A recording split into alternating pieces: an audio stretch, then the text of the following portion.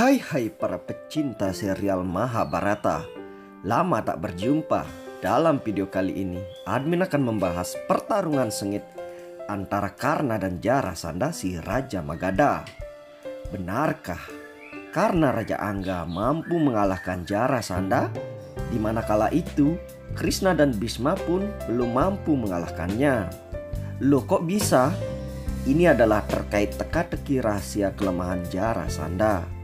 Oke, sebelum lanjut mohon dukungan dan sedekahnya untuk subscribe channel ini dan jangan lupa like video ini agar admin tambah semangat berbagi kisah Mahabharata, terutama yang tak tayang di serial Mahabharata Antv Star Plus. Mari kita lanjutkan. Saat iblis Danab, utusan Raja Magadha yang ditugaskan di wilayah brutal Angga, dikalahkan karena Raja Angga, karena menyatakan kemerdekaannya untuk masyarakat Angga. Namun masyarakat sangat takut dengan amukan Raja Magadha dan meminta perlindungan Bhisma. Di kerajaan Magadha, Jarasandha sedang latihan kekuatan. Untuk saat ini memang belum ada yang mampu menandingi Jarasandha, termasuk juga Krishna. Pasukan Danab yang telah kabur menuju Magadha melaporkan bahwa utusannya telah dibunuh Karna. Dia mengatakan Karna begitu kuat dan lincah, bahkan hanya beberapa detik pukulannya menewaskan Danab. Jarasandha lalu membunuh sang pelapor karena tak ingin mendengar kesatria yang lain dibanggakan begitu dan bergegas menuju wilayah Angga. Sementara di wilayah Angga, Bhisma menyatakan bahwa dirinya yang akan melawan dan menahan Raja Magadha yang begitu kuat, karena ia yakin Karna tak mampu melakukannya. Lalu Karna meyakinkan bahwa dirinya dan masyarakatnya lah yang akan melawannya dan memperjuangkan kemerdekaannya. Di kejauhan, Jarasandha datang dengan pasukannya. Jarasandha tertawa, yang ia lawan adalah remaja. Bhisma lalu memutuskan akan melawannya sendirian. Namun Karna lagi-lagi menolak dan ia dengan masyarakatnya yang akan berjuang. Jarasandha mengecam akan membunuh semua masyarakat yang membantu Karna. Masyarakat ketakutan dan bersembunyi mengurungkan niatnya. Karna dengan seorang diri menantang Jarasandha.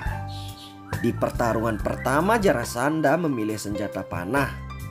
Keduanya begitu kuat.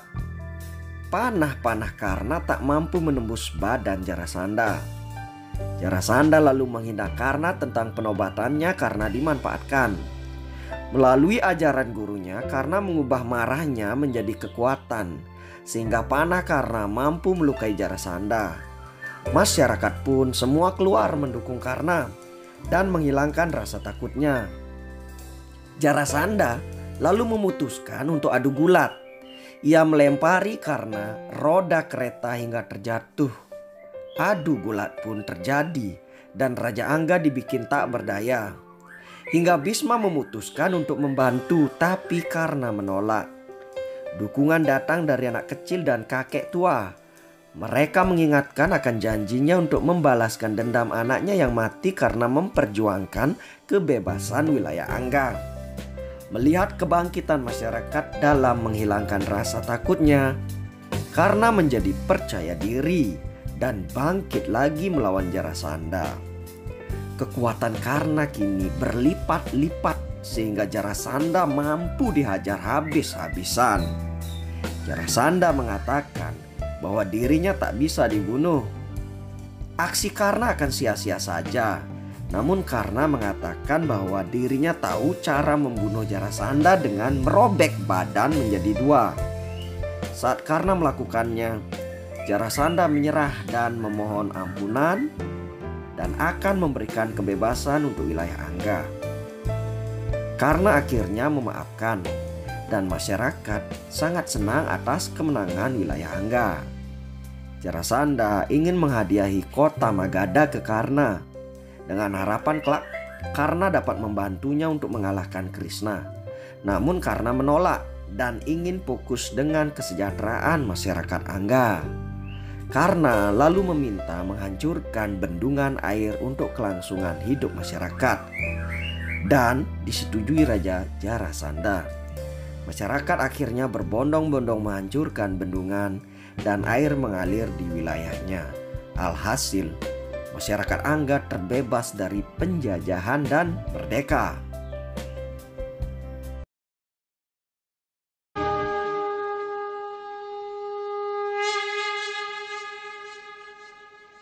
Hasrat, harapan, keinginan, ambisi adalah kekuatan penggerak dari seluruh manusia. Benar kan? Kalau seseorang menanyakan identitasmu, lalu kemudian, seperti apakah jawabanmu? Pikirkanlah itu.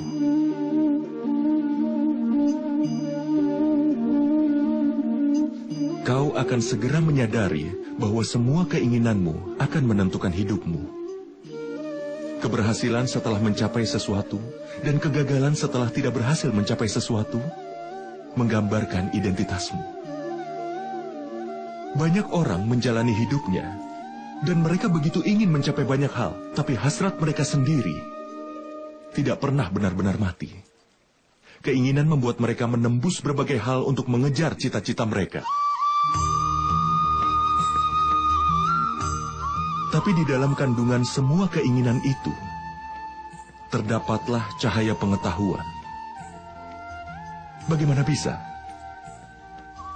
Saat ada keinginan kita yang tidak terpenuhi, dan hancur dari tempat yang sama, cahaya pengetahuan pun masuk ke dalam hati manusia.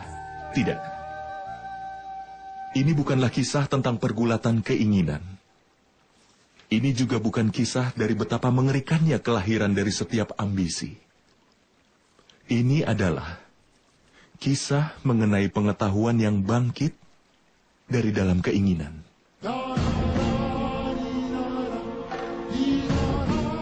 Aku, Basudewa Krishna, mengundang kalian semua untuk bergabung dalam perjalanan ini yang akan mengajarkan padamu arti dari kehidupan. Ini akan mengajarimu tugas sebagai seorang manusia. Ini akan mengajarimu cara untuk bangkit dan bersinar dari kehancuran. Nama perjalanan ini adalah Mahabharata.